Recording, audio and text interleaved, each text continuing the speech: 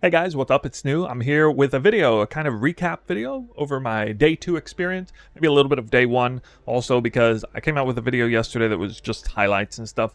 So this time I figured I'd switch gears and fill you guys in on some of the more detailed, the good stuff about how the League experience is going, especially in regards to the build, the new ascendancy, as well as the League mechanic and stuff. I actually am doing the League mechanic at League start, which is almost never happens for me. So I'm just going to let you know how things are going. And if you have any questions afterwards, you can leave them down in the comments below.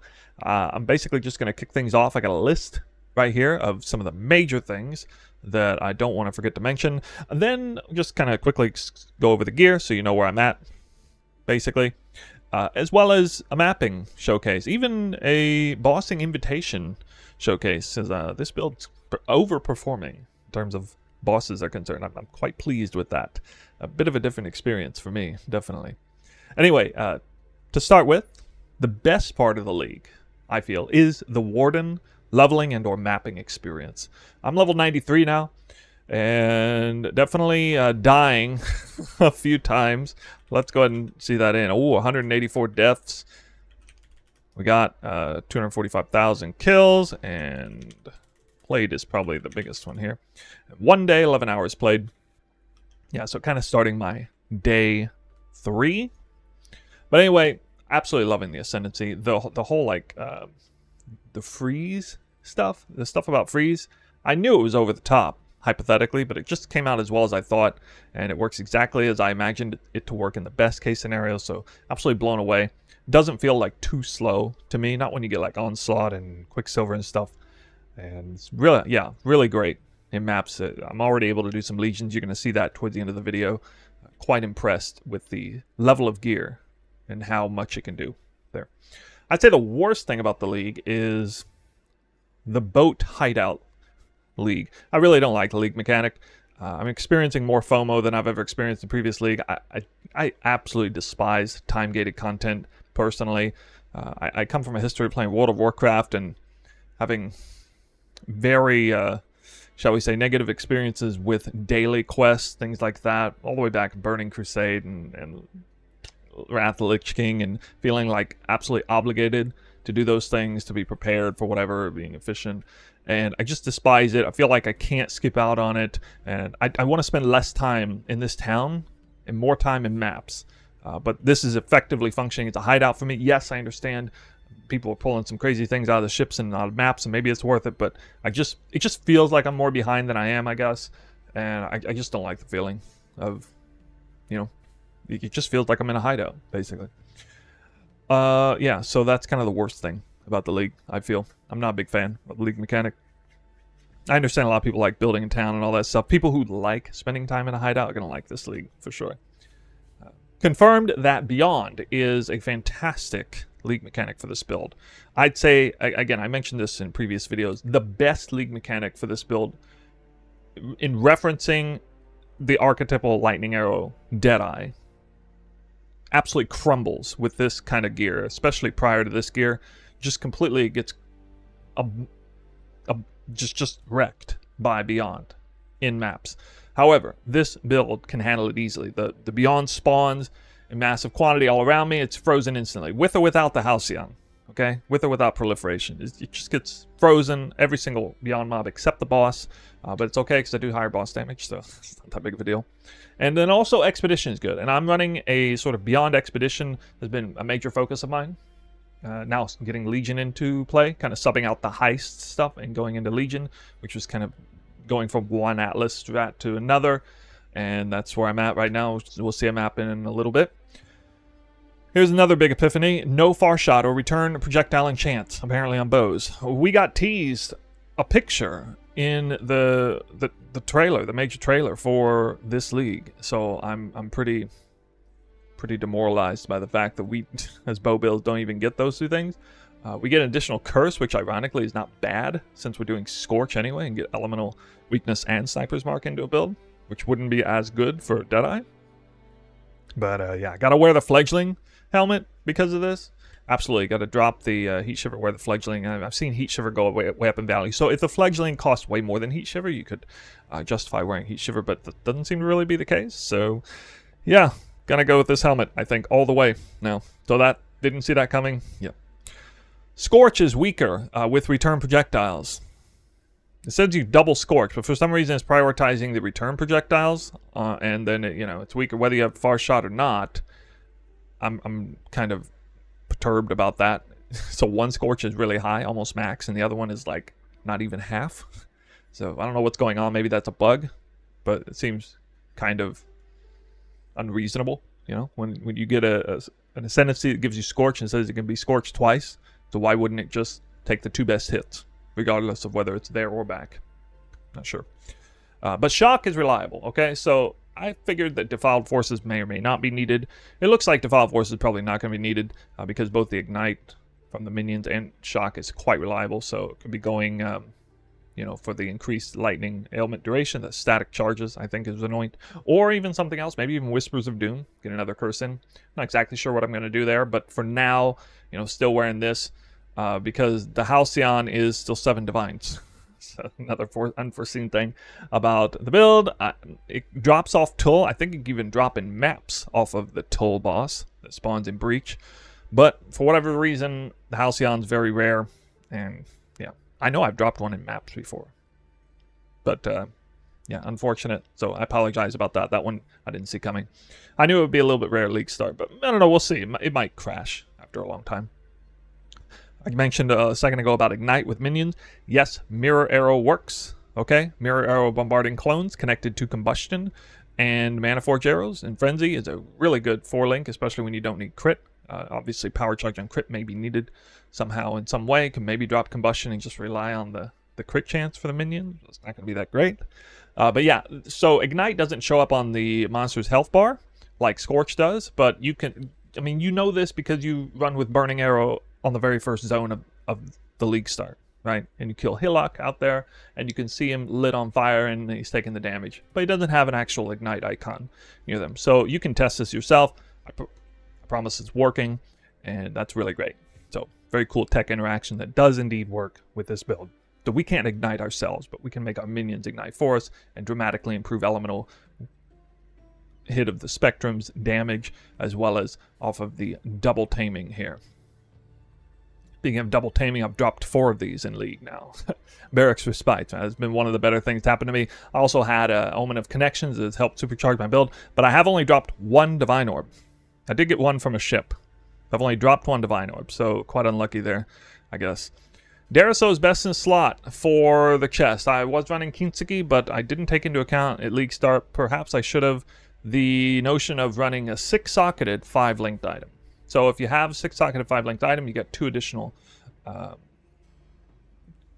gem link spots. So these 2 gems here are usually in the helmet with the other ores. But in this case, I can in fact bring in cast and damage taken Immortal Call, which does indeed work in the best case of scenario with Darius Defiance, which will already remove your endurance charges. It does kick in, so you get the increased duration of Immortal Call. It works really, really nice, especially against the kind of, shock burst spell hits. Or trying to run through a tornado. It can save your life, definitely. So yeah, tornadoes is one of the big reasons why I've died so much. Not a big fan of those, but I don't know, maybe they're going to make them weaker. That's my excuse for all the deaths. Yeah, but anyway, those are the major things. Let me show you the gear. We're looking at it. I crafted this bow with hatred essences, and regrettably, I didn't want to settle. I wanted to get one that was pretty good, and I did end up spending like 4 divines on this weapon. I think in total 4 or 5 in total, linking it and everything. So quite expensive here, especially considering it's not a crit bow. But at any rate, it's been wonderful, and it's great. I'm still running with no crit because I'm running Precise Technique, and it certainly is time for me to switch to crit now at level 93. It's going to be one of the next things on my agenda, is crafting a crit bow. Painseeker's working like a charm here. I mentioned Darius Defiance and Fledgling already. Still running Career Ward because can't afford Halcyon yet. I got this through a trade last time. I actually don't like it. I'm going to stop wearing this soon. Because while the additional arrow is great, I don't like point blank. I know it's crippling my damage. I know how to play with point blank. Return projectiles are very weak with this quiver, and point blank plus far shot, which I do have, is a net positive on all ends, but it's barely a net positive at long range, anything 70 plus units, so it's pretty rough. And yeah, I'm on the lookout for just a straight up decent corruption with flat damage right now. Yeah, so not worth it, I feel. It's still obviously a great quiver overall, but yeah. Anyway, still running Lionized Paws. This 4-link working very, very well. Getting a lot of value, and yes, that Culling Strike does work super strong. Crafted this belt, wasn't too bad. We got new roll ranges of maximum life, goes up to 142 life, I think, now, so that's pretty cool. Armor is actually kind of decent, considering I am getting some armor now with these 3 items. Kind of nice. And then I crafted all the flasks here, and this cost a pretty penny. Glass baubles are rare in this game for some reason. And I just came out of a map, which I'll show you in a second, but I figured really? Nothing? Man, that's sad. First, I'm going to show you an invitation here. So yeah, you can see the town. Everything is like rank 8. Pretty much everything is rank 8. I'm not going to show you what I'm doing. I guess apparently, you know, sending the ships out with the food after you get the bonus thing for that is the way to do it, and then just run maps and try to get red maps and, you know, highest level workers you can. Anyway, let me show you an invitation. It's going to be kind of cool. This is an invitation, the Elderslayers. I usually don't run this. At least not with this level gear. I mean, this is like, you know, aside from the corruption here, this is still like a 10 divine. It's less than 10 divines worth of gear. I would usually never run this on a sort of lightning arrow or elemental hit of the spectrum. Deadeye. It'll be very sketchy, but let's see how this goes here. I'm going to show you kind of what this is capable of doing boss-wise. Oh, we got Baron to start. Okay, and you know I got a major cooldown, right? I got a major cooldown at my disposal, which I still can't even cast. So if I kill these 2 successfully, which I did and then died after. Where's my Culling Strike, dude? Well, now I don't get the cooldown. That's kind of sad. Oh well. If I hadn't died there, I could have popped everything and just blown these guys up. Okay, cooldown's up. Val Grace is also up.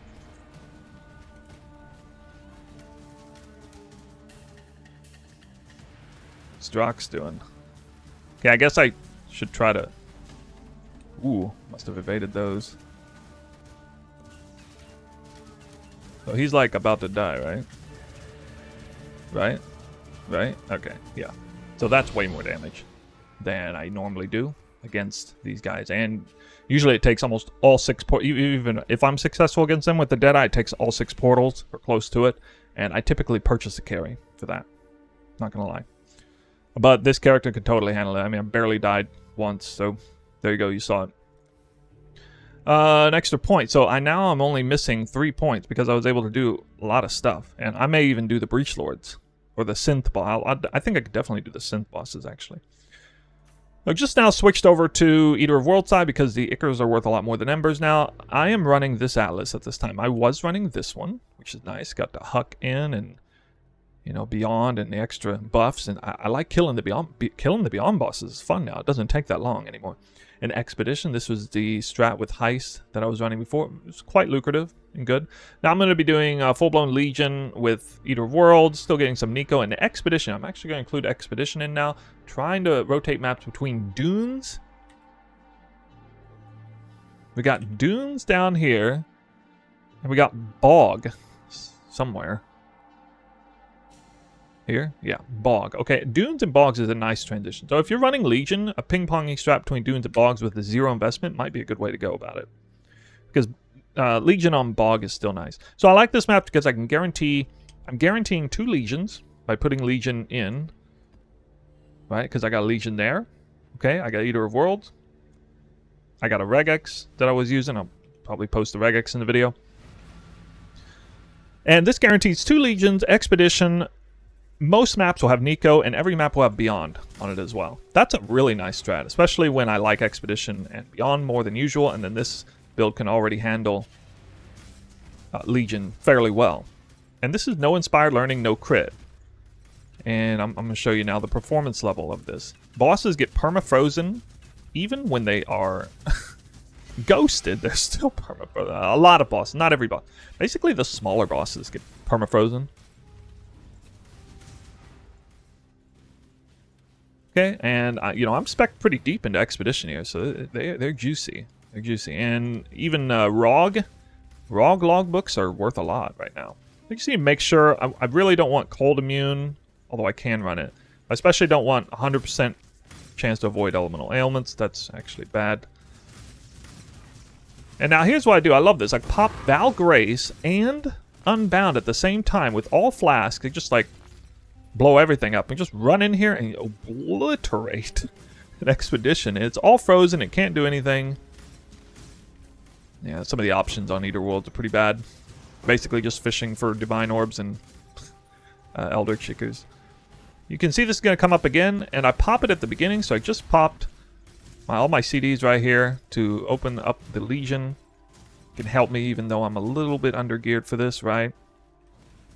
Oh, it looks like I got unlucky with this spawn a little bit on the back end.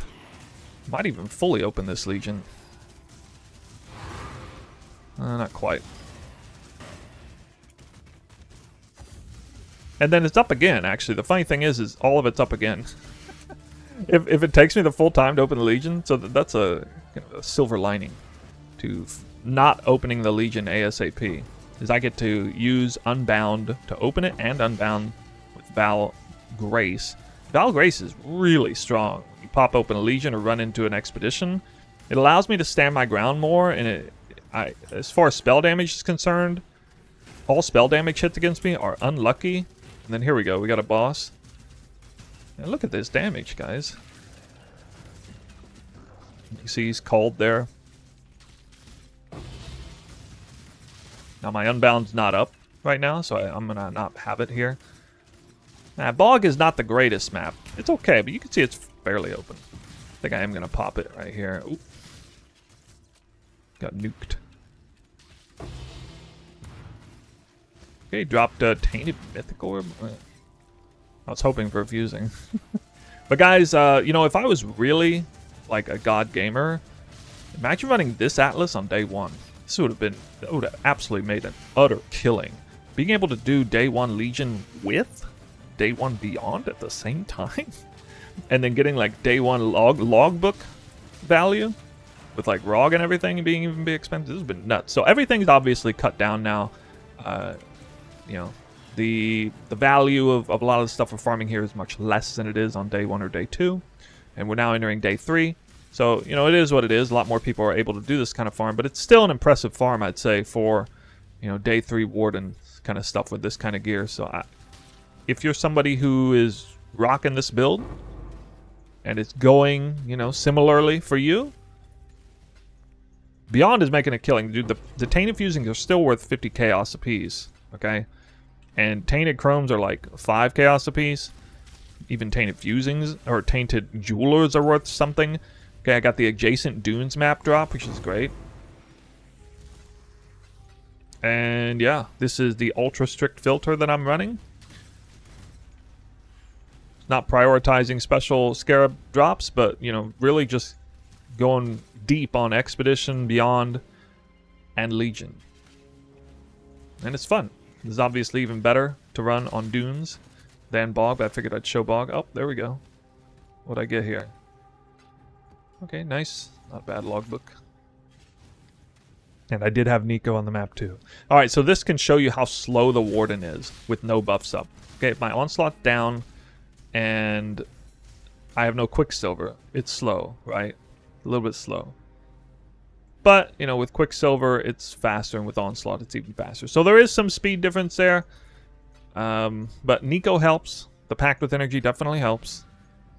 And then the Quicksilver and the Onslaught on kill definitely helps a lot. So here's the last look at the build. Next transition to crit, or actually I'm probably going to transition one Inspired Learning, because I think I have the currency right now to buy an Inspired Learning. I should. I think what I'm going to do is I'm probably going to spec out of like these points here, and I'll put like the Frenzy, and I'll get this whole thing right here. Very slight deviation of the build. I felt like I needed to go all in on this. The mana is kind of intense, kind of running out of mana, but it's okay. I could alternatively just go Silver Flask instead of Stibnit or whatever. Oh yeah, one other deviation. This is the more advanced play, is to skip out on the Life Flask. I made the build guide without the Life Flask for the lowest level, non-crit version, because I wanted, you know, I wanted to give you guys the Life Flask. I personally don't really want to play with one, and I think this is an absolute superior substitute to this. This does remove any regen from the build because I'm no longer getting this right here. But, I mean, you're just straight up immune to bleed and corrupted blood. I mean, you know what that means. Now, not having steel skin doesn't matter as much. And, don't have to, like, quickly pop that Life Flask to save my own life. And I got so much leech and stuff. As long as I'm leeching against monsters, it makes really no difference. There, you got to see whether it was the boss fight or in maps, right? So yeah, everything's looking good. Pretty by the numbers here. Don't have points here. Got them over here instead. And I'm about to get Inspired Learning. I'm about to craft a crit bow, and then I'm going to completely turn this thing upside down and go full-blown crit. Probably drop even more life. Still not 3k life. Hiri's Ire will also be in. Hiri's Ire is cheaper now than usual, by the way. So it's not some 8 divine chest like it was last league. So some things are more expensive than foreseen. Some are less expensive than foreseen. I guess it all kind of evens out. Let me know what you think about the league mechanic. And if you're playing the build, let me know your experience. I've heard a lot of great things. I have had some concerns. Some people say they're not having a good experience, but I guess that's all in all, that's going to be the case no matter what. You know, a lot of people follow a build. Some are going to have a good time with it. Some are not.